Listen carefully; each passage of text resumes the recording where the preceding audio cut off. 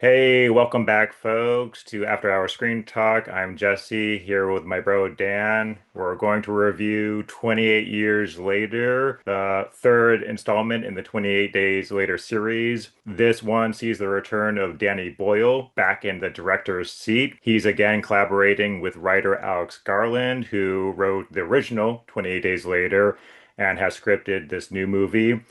This third installment is also planned as the first in a trilogy, a new trilogy of films. So, having said that, this is going to be a non-spoiler review. 28 years later is set, obviously, 28 years after the events of the first movie and the Rage virus outbreak. It follows a group of survivors, this family, a dad, Jamie, played by Aaron Taylor Johnson, his wife, Isla, played by Jodie Comer, who is very sick and ill. She's bedridden for much of the movie. Also, the story very much centers around their son, Spike, played by Alfie Williams. He's very much like the anchor in this movie for much of the story, and a lot of it centers on his coming of age. Now, we also have some new elements thrown into the mix here, including post-apocalyptic cult, the Jimmies, led by their cult leader, Jimmy, who is played by Jack O'Connell. And also we have another new character, Dr. Kelson, played by Ray Fiennes, who is this reclusive ex-doctor who has kind of isolated himself in this post-apocalyptic landscape, and many believe him to be insane. So those are kind of the basic elements. But to begin this review, I just want to mention the divide between the critical reception of this film and the audience reception. So, like, if you go on Rotten Tomatoes, I think it is currently sitting at a 90%, which is very good, obviously, particularly for a horror movie.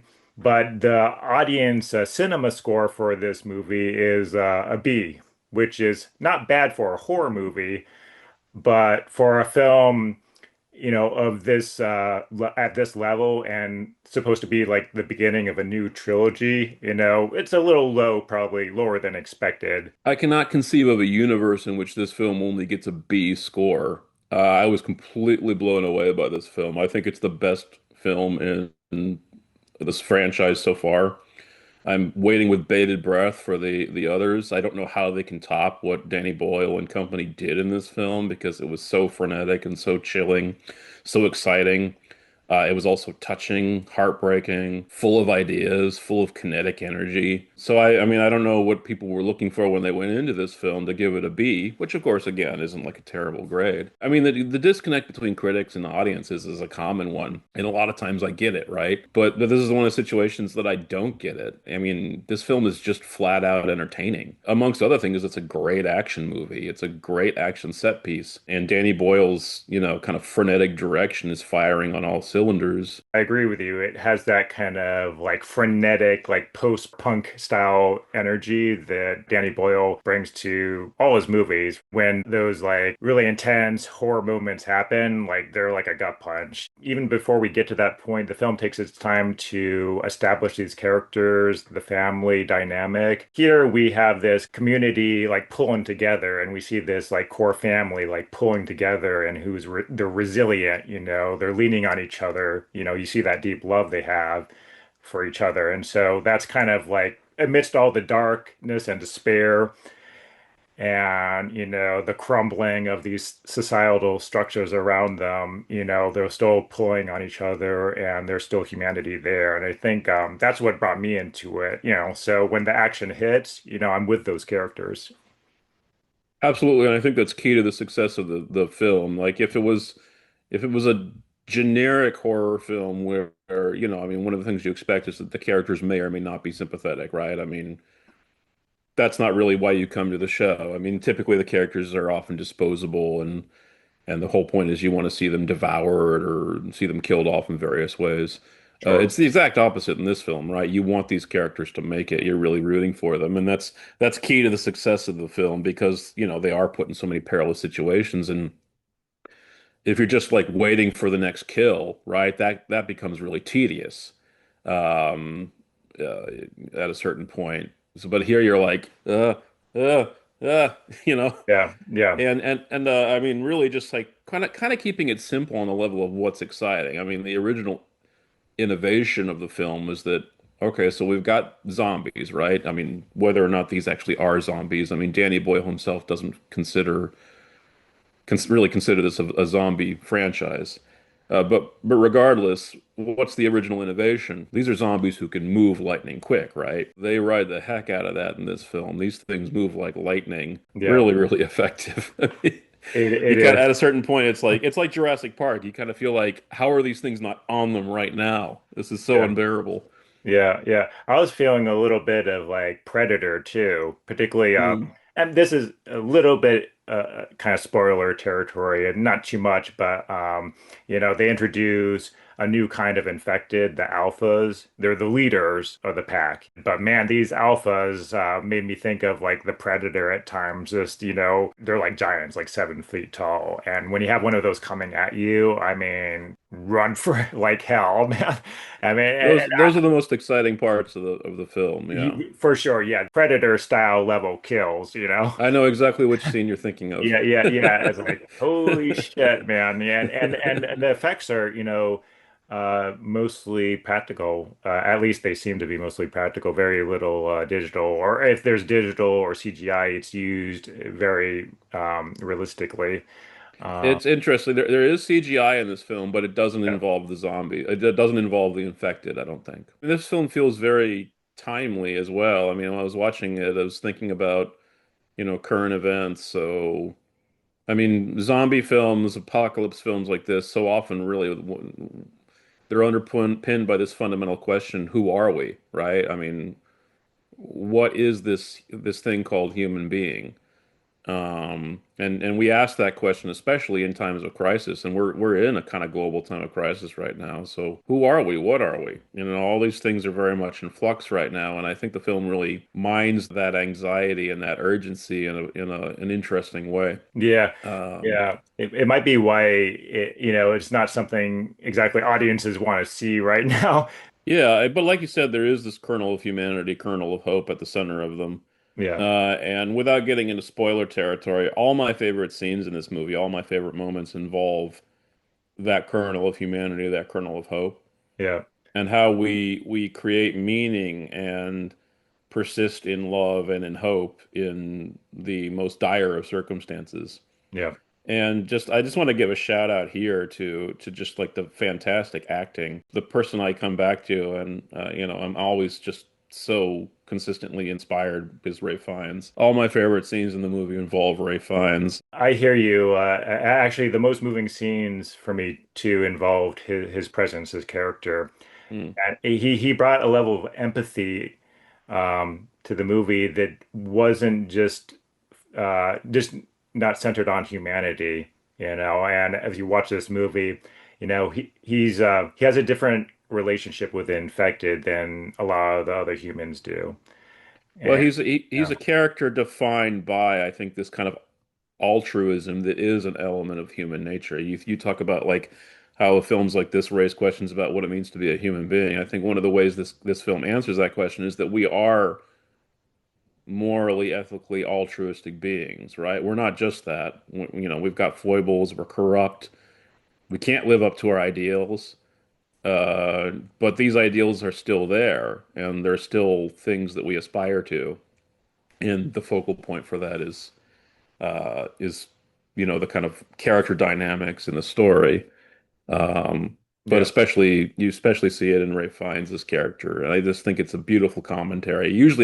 It's the kind of thing I might usually think is kind of saccharine and humanistic, but maybe it's because I saw it in the theater. I don't know. It just really comes off for me. But I also think it comes off because Ray Fiennes is so good. yeah, yeah. He kind of makes you believe it, and the other performers make you believe it as well. I want to get your opinion about the way the movie ends, and this is again minor spoiler, but not too much of one since we know this is the first in three new movies.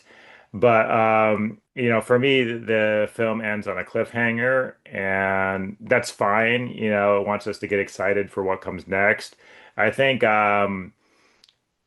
personally for me, I would have preferred the movie to end a bit earlier. There's a particular scene that comes at the end that I thought was like perfect to just end on that shot, and then you can set up the next kind of storylines in the second film. Like, for example, the Lord of the Rings movies did this very well. They seamlessly move into the next installment, but then they pause and make you reflect back on, the experience you just had. And they feel each one feels like a full movie, and don't get me wrong, 28 years later it feels like a full cinematic experience, but just tacking that on at the end made it feel more like an episode, in a way. And I just if I would nitpick about something, that would be it. Would have liked to have a movie end earlier to feel like a fuller experience and not make me think about Right. a bunch of stuff that's gonna happen in the next one, so Yeah, I see that. I have mixed feelings about the ending. On the one hand, I see what you're talking about. I know exactly where you think the film should have ended, and I think that would have been a beautiful ending.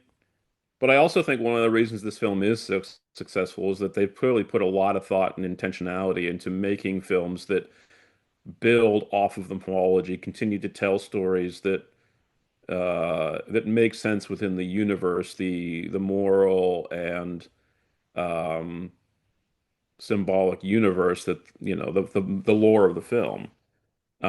And so it makes sense that they would be setting something else up because I never feel like I'm just being strung along so that we can make another film that has recognizable IP stamped on it, so that it's something that we have a good chance of luring people to the theaters to see, right?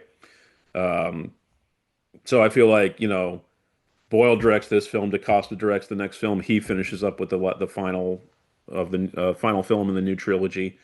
It's like they've really thought this through. Like you talk about Tolkien, like Tolkien had a vision, right? Right? I mean, there's like it wasn't just three books because, right? I mean, in fact, it wasn't even intended to be three books, but anyway, um, it there's an end goal in sight. It's kind of like the limited series TV series we see now, like Breaking Bad. People have a vision in mind, and it's all about executing that vision instead of just beating the horse to death and just mining as much of it as you possibly can. Um, I see that because, like, I mean, you could just as easily set these things up at the very beginning of the next film. yeah. Um, but that's one of the things I think it was so successful is that um, they've got ideas. They've got a beginning, middle, and end in mind for this planned trilogy, and it's not just something that they're spitballing about. All right, so how would you rate this movie? It's yeah, I mean, I don't know. I mean, it's 5 stars, man. I mean, it's the reason we go to see movies. I mean, as far as I'm concerned, I don't understand. Like, again, audiences gave this film a B. That blows my mind. Like, what did you expect? I mean, this film is exciting, it's visceral, it's thrilling, it's heartbreaking, it's moving, it's full of ideas, it's full of energy. I mean, this is the kind of film that we don't get often enough nowadays. This is a 5-star film. Wow, yeah. All right, well, I'll give it 4 stars.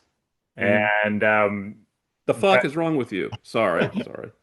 and like I said, it's probably just me nitpicking, but it's just the stuff tagged in at the end of the movie. I thought you could have like left that stuff for the next movie and left it out of this movie, and that's the Mm. only reason I'm kind of taking downgrading it a little bit. That said, everything else really hit for me. Great cast. The action, horror is nail-biting, suspenseful, shot beautifully. Love this movie, and definitely one of the best horror movies of the year for me. But I think if you're going thinking this is just a straight horror film, zombie apocalypse film like World War Z or something like that, no, there's a lot more going on here than that.